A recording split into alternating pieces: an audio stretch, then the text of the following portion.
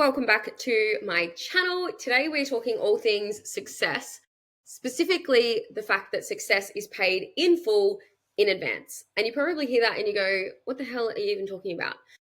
Like, how is success paid in full in advance? And so I want to break it down. In the world of like dopamine hitting, like quick instant gratification, I want to remind you that if you want to create something huge, if you want to create huge impact, huge wealth, like whatever it is for yourself, the success of that is paid in full in advance. There's no after paying it. There's no, I'm going to do this one thing and then I get it tomorrow and then I'll just pay it off as I go. That's not how success works. You got to put the reps in. You've got to do the work. You've got to like build the resilience and build the grit and build the tenacity and build your capacity and your ability to hold success, wealth, relationship, whatever that looks like for you. And you do that gradually over time. Like there is no, I have it right now. And even like you can look at this from the perspective of people that win the lottery, their capacity often cannot hold and sustain it. So unless that they're working extremely hard with the right people and they're getting advisors and they've got people in their corners to help them expand and hold it, their energetic capacity just can't. And so it will often drop and fall and they'll waste the money or they'll lose it or they'll make bad investments or whatever it is because they're not actually at that level. They haven't paid in full in advance to be able to hold that. So actually like there's like, I love to gamify life in general. And it's like you've got to go through the levels to be able to get to the point where you're like, fuck, I'm starting to feel like I'm making it now. And know that more is more, right? Like you hit a certain level and then you go, hang on, there's like, I can see another 10 levels ahead of me, which brings me back to my constant saying, 1 foot in gratitude, 1 foot in desire. Because the reality of success and the reality of growth and evolution, particularly in business, is that you will always move the goalpost. You will always like stretch yourself. You'll always say, oh yeah, but I could have done this and I could have done that. And why didn't we hit this income goal? Or why didn't we impact this many people? There is always more. And so it's that recognition of going, how can I be super grateful for what I do have whilst also staying anchored into that desire and allowing myself to move the goalposts.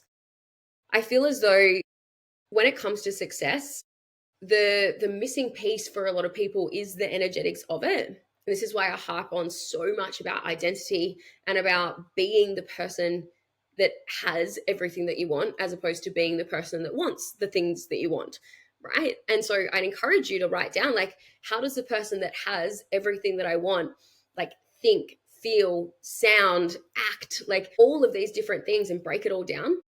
Because the clearer you can make that picture, the easier it is for you to step into that particular identity.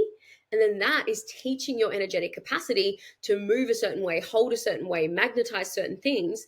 And then you'll find that you're able to actualize that success a lot faster than if you to keep doing it from the energy of I want, I want, I want. Because if you want something, you're perpetually in a state of lack, which means you don't have it, right? So if you're in the energy of I have the thing, then you're way more likely to magnetize it towards you.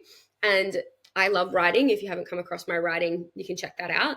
However, I love writing, and I recently wrote a piece around the feeling when you stop chasing your goals because they actually start chasing you back, and how interesting that dynamic is from an energetic perspective, because it's like you have been running, chasing towards that goal. You've been paying for success in full in advance. And then it's like you pay off the final bit. Like, I don't know how old you guys are, but like, I'm thinking like when I'm little and I like go to Kmart with my mom and we've got a lay-by at the back counter. And it's like, you pay off that final little piece and then they hand over the thing that you've been waiting for, right? It's exactly what success is like. And then I feel like when you hold that like first version of success, you hit those first milestones. It's like, what do I do now? And then it's almost like you've like got this like membership with success and they're like, oh, do you want more? Like, here's another opportunity, step in here, see what's available in here, or go over here, what's available over there. Yet until you reach that thing, it's like you have to prove to the universe, and I know I've said this on previous episodes, it's like you have to prove to the universe that you are freaking there, that you're 100% committed to that goal, to that vision, to actualizing that thing. And it's like with full conviction, because as soon as you're unwavering in it and there are zero other options, the universe is like, okay, whatever, you can have it. Just give her the thing. She's not going away. It's like you've got to be like so persistent in your claiming of it that it has, like, the universe, God, source, creation, whatever you want to say, like, has no other option but to give it to you. Like it has to give it to you because there is zero other option. It's the concept of burn the boats, yet it's burning the boats from like more of an energetic standpoint. So I am somebody that burns the boats. And if you've watched all my episodes, you would know that I have in the past burnt the boats. I've left the job, I've left the relationship, I've blown up the snow globe. And though you don't necessarily have to do it in a physical reality perspective, yet you do have to do it from an energetic perspective. You have to be willing to close all other timelines, and success is the only option. And then you have to continue to run. You have to continue to put the work in to take the steps forward until it's actualized in your reality. Yet you don't get to start the race and then get the medal because you took one step. Like you have to finish the race. You have to keep going. And the bigger the vision, the bigger the goal, the longer the race. And sure, you might hit certain checkpoints and they're like, here's a little gift. Oh, here's a little sticker. Well done. Like, here's a little token of appreciation because you're doing the thing, yet you have to keep going. And I think for entrepreneurs, this is like, if you get me, you get me. You know, like if you're watching this and you're like, fuck, I get it. Like you're one of my people.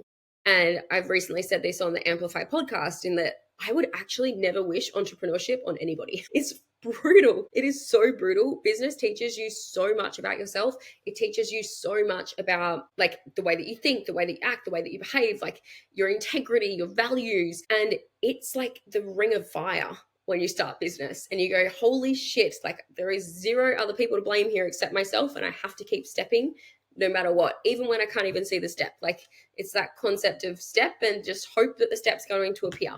Hot tip, it pretty well almost always does. And when it doesn't, then you need to drop back down to the level in which you haven't actually completed so that it can pull you back up. So I'm a big believer that life happens for us as opposed to life happening to us. And so it's utilizing your resources, utilizing everything to push towards the goal and doing it in a way where there is no other option. It is only success, and recognizing that the trials, the tribulations, the challenges, nights at 1 a.m. when you're staring at your Canva screen, like how the hell do I position myself, or how the hell do I create the offer? What do people want? And you're creating the content, or you're like finalizing the contracts, whatever it is in your business. Those nights, like you soon realize when you look back, when you do hit that like first pillar of success, again, whatever it is for you, you look back and you go, fuck, I'm grateful.